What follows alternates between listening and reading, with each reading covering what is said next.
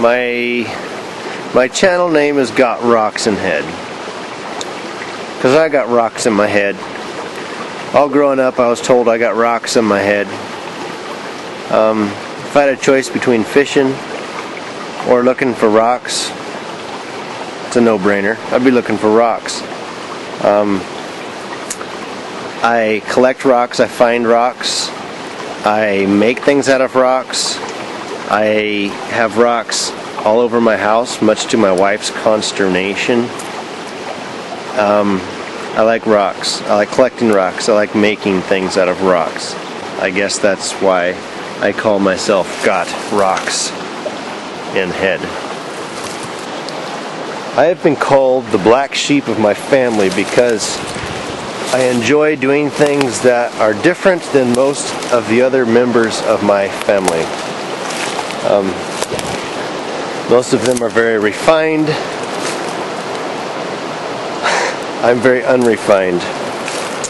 Like most normal, healthy kids, I spent a lot of time in the outdoors, playing, building things, destroying things, constructing forts, you know, the normal, typical childhood stuff. But my interests always seemed to go one step further, and that was always towards doing things that were more difficult, like sleeping in shelters and eating bugs. And my mom couldn't get me to eat my dinner, but I'd go out and I'd eat cattail roots and grubs and other things like that. There's a few books that I had when I was in my younger years. One was Outdoor Survival Skills by Larry Dean Olson, a little paperback. The other one was Anything by Tom Brown. And Outdoor Survival, or I don't even remember what it was called. Anyhow, with those two books, I conquered the wilderness. I had a couple people show me some things now and then, but for the most part I was self-taught.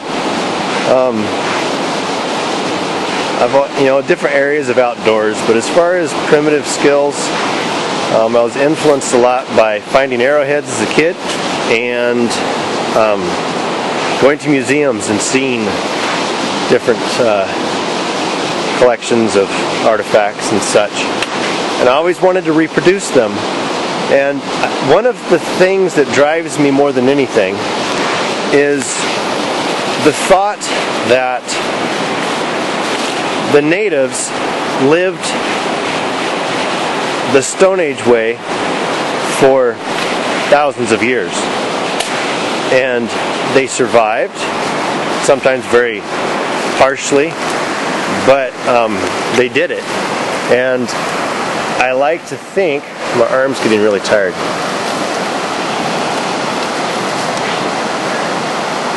And the thought continually persists, if they could do it, why can't we? Why can't I? If they made a bow primitively, why can't we? And so the area that I have chosen to focus on is primitive bushcrafting. So that's why most of my videos are on primitive things. I love filming, I love putting together movies, and I love bushcrafting. Therefore,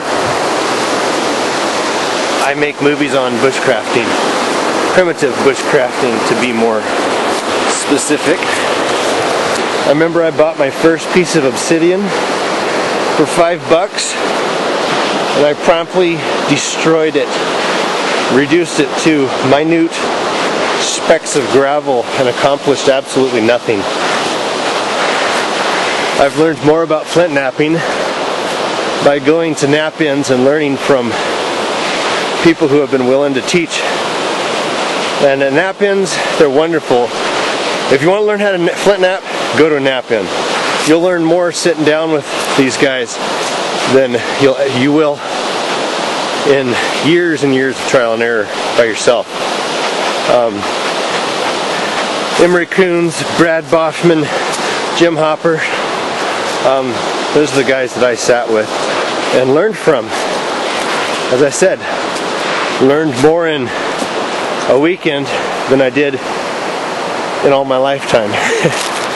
I also like hunting, but I'm a lousy hunter, so I'm no good at it. So I go, but I usually find rocks instead. I remember going to a museum and they had a demonstration on pump drills. This is the first time I'd seen one. Fascinated by it, absolutely fascinated by it. I don't even remember what the museum was. It was somewhere in California, maybe? I don't remember where it was, but I got to wear this hat with buffalo horns coming out the sides, and I got to drill a hole with a pump drill. I thought that was awesome. After my freshman year of high school, we moved. And I became a very angry adolescent. I didn't want to move while my friends were where I had grown up, and I didn't want to move. And from then on, I spent most of my time up in the mountains practicing survival skills. And I would say that's when I learned the most.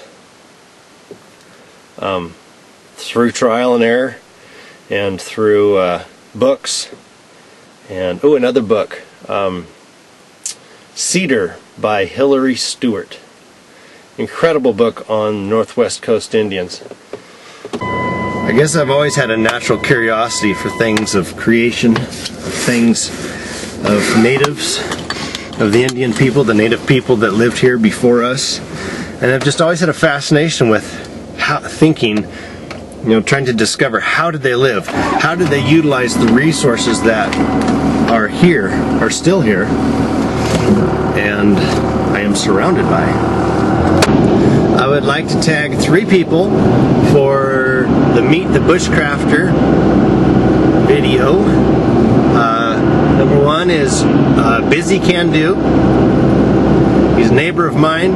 He's got some cool videos up, in a lot of the same area that I go in. The second would be Spectralmunchkin. Hugh, I'd love to hear your story. And I'd like to tag Alonewolverine. Von Deutschland, I believe. Yeah. So tag, you guys are it. I'm interested in hearing your story. I got married when I was about 19, and that kind of ended my wildness. No, not my wildness, just it was the beginning of the end. No, it was the beginning of the taming of me, the civilizing of me. She has been probably one of the best things that has ever happened in my life. So now I drag our children around and teach them bushcrafting. I try not to make it too miserable for them. So there you have it. That's who I am. That's how I got my name, and that's how I got interested in bushcraft. And yeah, that is me. I am what I am. The Meet the Bushcrafters tag thing has been really fun, listening to everyone's what a crazy dog. Listening to everyone's stories and such. Hey Spud. It's the greeting committee again. Hey Spud. How you doing there, buddy? Oh no, get your feet down. Good boy.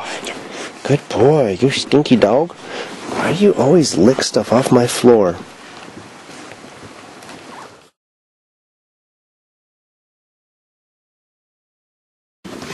I guess in a way I've always had a natural curiosity for things of creation, for just things out. Stop! I would like to tag 3 people. Number 1 is Busycando.